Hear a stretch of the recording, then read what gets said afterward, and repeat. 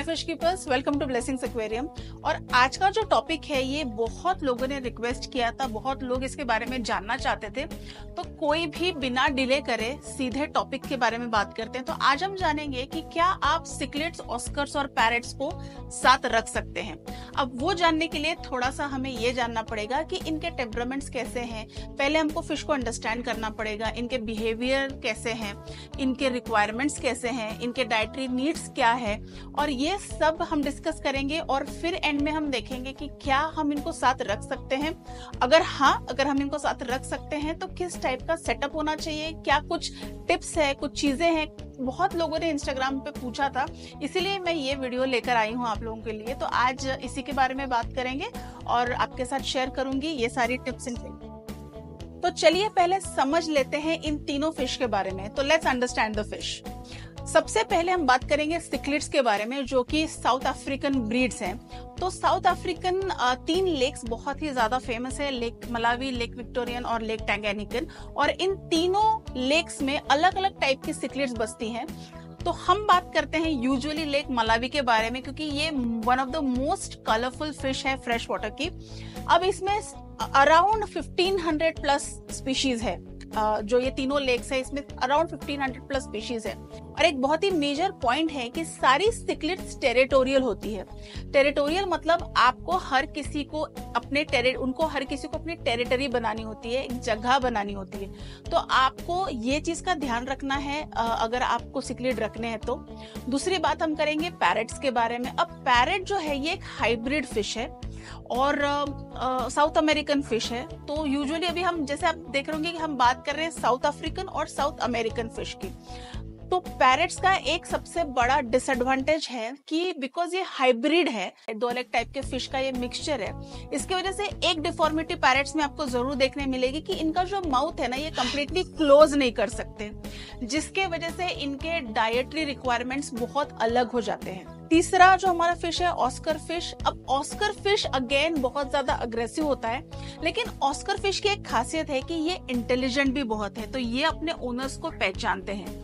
लेकिन Oscar fish के dietary requirements again बहुत ही ज्यादा स्पेसिफिक हैं। इनका अगर आप ध्यान नहीं रखेंगे तो धीरे धीरे इनकी बॉडी श्रिंक होती जाती है। इनको उतना प्रोटीन, न्यूट्रिएंट रिच खाना मिलना चाहिए। तो ये इस टाइप के ये तीनों फिश है। अब चलिए नेक्स्ट पॉइंट डिस्कस करते हैं कि क्या इनके एनवायरमेंटल चेंजेस होते हैं, क्या इनके डाइटरी रिक्वायरमेंट्स हैं, इसके बारे में बात करते हैं। तो चलिए बात कर लेते हैं हैबिटेट के बारे में। हमें इनके लिए एक फिश टैंक बनाना है, इनको एक हैबिटेट देना है, इनको एक घर देना है। तो वो घर का साइज क्या होना चाहिए? तो यूजुअली जब हम बात करते हैं सिक्लेट्स और पैरेट्स की, तो उनके लिए अराउंड 55 गैलन्स का tank for starting is more than enough. Later on अगर साइजेस बढ़ जाएंगे या अगर आप ज्यादा पीस डालना चाहते हैं तो उस हिसाब से आप फिश टैंक पे वर्कआउट कर सकते हैं। बात जब आती है ऑस्कर्स की, तो ऑस्कर्स काफी फास्ट ग्रोथ वाले फिश हैं। तो इनके लिए आपको मिनिमम 75 to 110 गैलन्स का टैंक होना चाहिए। साइजेस आप डिसाइड कर सकते हैं, क्योंकि काफी लोगों के पास साइजेस का मतलब डिफरेंट साइजेस होते हैं। तो किसी के पास हाइट ज्यादा होती है, किसी के पास ब्रेड्थ ज्यादा होती है। डिपेंड करता है आप कौन सी जगह पे कैसे उसको रखना चाहते हैं, फिल्ट्रेशन कैसे करना चाहते हैं, इंटरनल एक्सटर्नल। इसके बारे में तो धीरे धीरे बात करेंगे, लेकिन इतना जो मैंने अभी बताया, इतने रिक्वायरमेंट आपको सिक्लेट्स के लिए, पैरेट्स के लिए एंड ऑस्कर्स के लिए इतना फिश टैंक तो आपका होना ही चाहिए। बहुत ज्यादा छोटे इसमें मॉन्स्टर फिश रखेंगे तो उसके लिए बहुत स्ट्रगल भी हो जाता है, आपको काफी सारा ध्यान भी थोड़ा सा देना पड़ेगा। तो अगर छोटा फिश टैंक है तो उसको थोड़ा सा बड़ा कर लीजिए एंड इस तरीके से इतने गैलन्स के आप मिनिमम जो है फिश टैंक्स इनको दे सकते हैं। अच्छा, काफी सारे लोग एक बड़ा टैंक बनाते हैं, अच्छा फिल्ट्रेशन देते हैं, लेकिन टैंक एम्प्टी रखते हैं और उसमें ही अग्रेसिव फिश छोड़ते हैं। रिजल्ट क्या होता है कि इनका जो अग्रेशन है, इनका जो डोमिनेंस है, बुलिंग है, ये एक दूसरे पे इतना ज्यादा हो जाता है कि ये फिश कंटिन्यूअस स्ट्रेस में रहते हैं। तो क्या होता है कि खाना छोड़ देते हैं, थोड़ा बॉडी पतला होना शुरू हो जाता है, ब्लैक स्पॉट्स अपीयर होना शुरू हो जाता है, हाफना शुरू हो जाता है। तो अगर आपको ये फिश रखने हैं तो बहुत ज्यादा जरूरी है कि इनके लिए प्रॉपर हाइडिंग स्पेसेस रखिए, जोन्स क्रिएट कीजिए जिसमें ये फिश रह पाए, छुप पाए।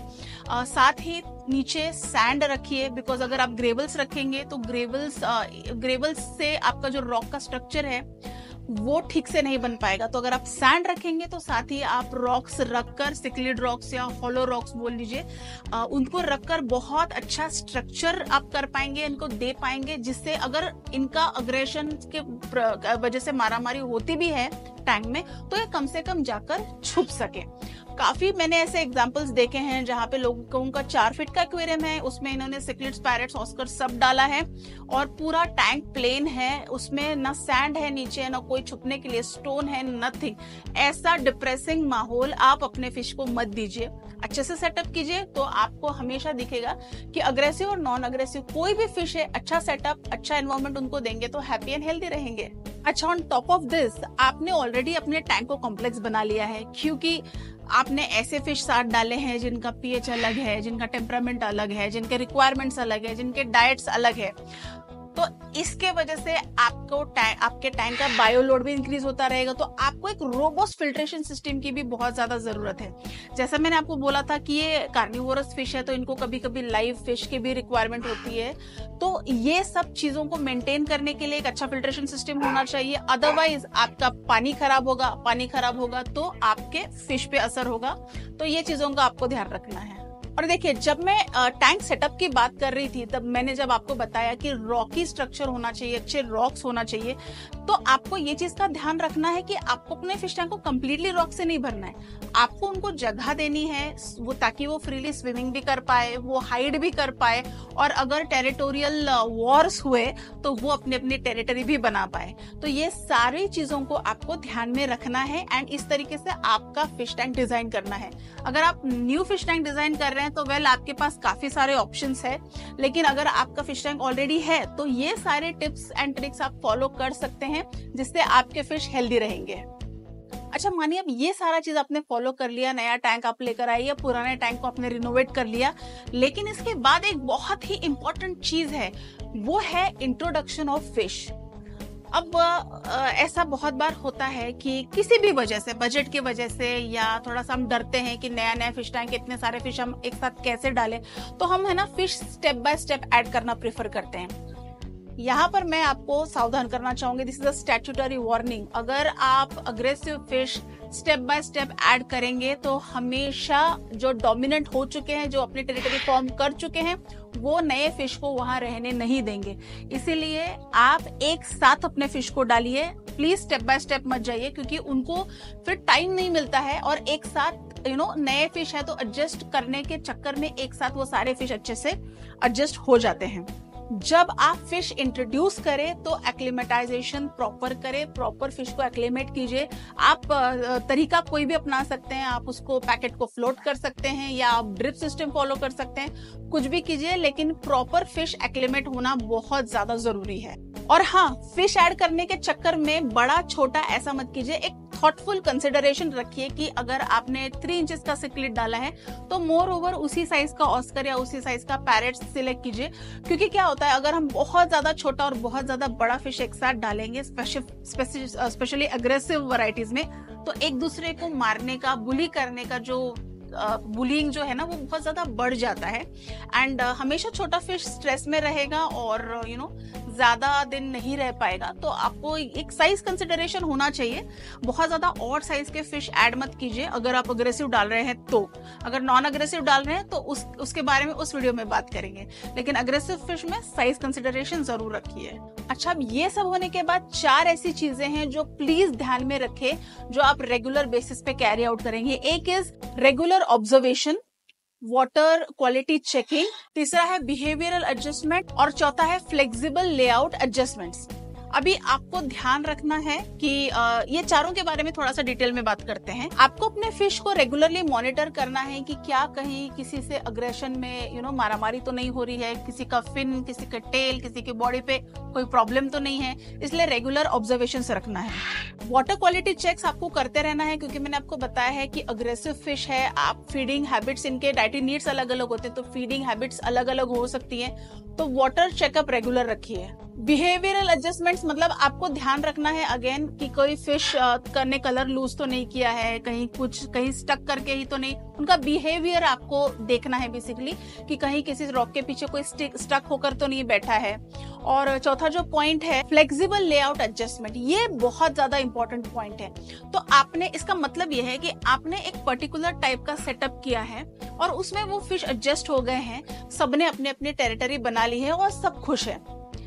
अब इसके बाद क्या होगा कि इसके बाद वो इतने ज्यादा सेटल हो जाएंगे कि वो अग्रेशन, मारा मारी ये सब स्टार्ट करेंगे। तो आपको इसका टाइम नहीं देना है। आपको क्या करना है कि नेक्स्ट टाइम जब भी आप वाटर चेंज कर रहे हैं, टैंक का मेंटेनेंस कर रहे हैं, एंटायर सेटअप को चेंज कर दीजिए।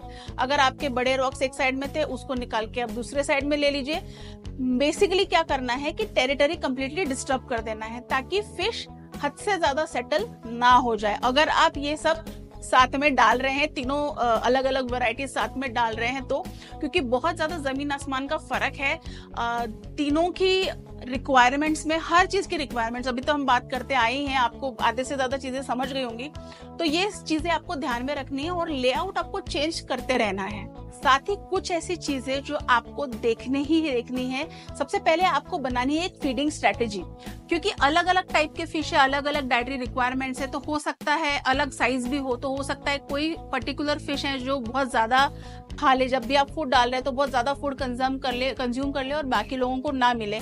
तो इसके लिए आपको एक फीडिंग स्ट्रेटेजी करनी है कि आप डेली बेसिस पे पैलेट्स डालेंगे या आप अल्टरनेट लाइव फूड डालेंगे या हफ्ते में एक बार डालेंगे, वॉट एवर इट इज, वो आपको आपके हिसाब से वर्कआउट करना पड़ेगा। सेकेंड है tank maintenance. Fish tank maintenance होना बहुत ज्यादा जरूरी है। जैसे मैंने आपको बताया, लेआउट भी आपको चेंज करते रहना है। ये एस्थेटिकली भी बहुत ज्यादा डिफर करेगा, मतलब अच्छा लगेगा। साथ ही फिश की टेरिटरी को डिस्टर्ब करने का भी बहुत बड़ा काम करेगा। और स्पेसिफिक स्पीशीज नीड भी आपको ध्यान रखनी है। मतलब कुछ स्पीशीज जो है, फॉर एग्जाम्पल हम सिक्लेट्स की बात करते हैं, मलावी सिक्लेट्स की हम जैसे बात करते हैं, तो स्पेसिफिक उनकी आदत होती है ज्यादा छुपने की। तो उस तरीके से आपको रॉकी स्ट्रक्चर उनको देना है, छुपने की जगह देनी है। लेकिन ऐसे भी आपको ये नहीं करना है कि आपका बिल्कुल ध्यान ही ना जाए। तो बहुत सोच समझ के आपको ये सारे चीजों को एग्जीक्यूट करना पड़ेगा। ऑल इन ऑल, अगर आपको सिक्लेट्स, पैरेट्स और ऑस्कर्स को साथ रखना है तो इन टिप्स का ध्यान रखिए जो आज मैंने आपके साथ शेयर की। और कमेंट सेक्शन में बताइए कि क्या आप इस तरीके की कोई प्रॉब्लम से गुजर रहे हैं, क्या आप कोई ऐसे इशू फेस कर रहे हैं जिसमें आपने इस तरीके के अग्रेसिव फिश का कॉम्बिनेशन रखा है और अनफॉर्चुनेटली कोई ना कोई फिश दूसरे फिश को बुली कर रही है, रहने नहीं दे रही है, या कोई फिश आपकी हमेशा स्ट्रेस में रहती है। तो ये सारी चीजें मुझे कमेंट सेक्शन में जरूर बताइए। एंड आई होप कि आज का ये जो टॉपिक है ये आपको पसंद आया होगा और ये वीडियो आपको अच्छा लगा होगा। तो प्लीज वीडियो को एक लाइक दे दीजिए और चैनल को अपने फेलो हॉबीज के साथ शेयर कीजिए। And stay tuned because informative videos के साथ आपसे मिलते रहेंगे। अच्छा, अगर आपने अभी तक हमें इंस्टाग्राम पे फॉलो नहीं किया है तो आप इंस्टाग्राम पे भी हमें फॉलो कर सकते हैं, क्योंकि वहां पर हम रेगुलरली डेली रील्स डालते हैं, डेली इंफॉर्मेटिव कंटेंट शेयर करते हैं एंड हॉबीज के साथ जुड़ते हैं एंड उनको भी अच्छा लगता है और हमें भी अच्छा लगता है। तो ऐसे ही एक इंटरेस्टिंग वीडियो के साथ जल्दी वापस आएंगे। तब तक के लिए happy fish keeping, take care and bye.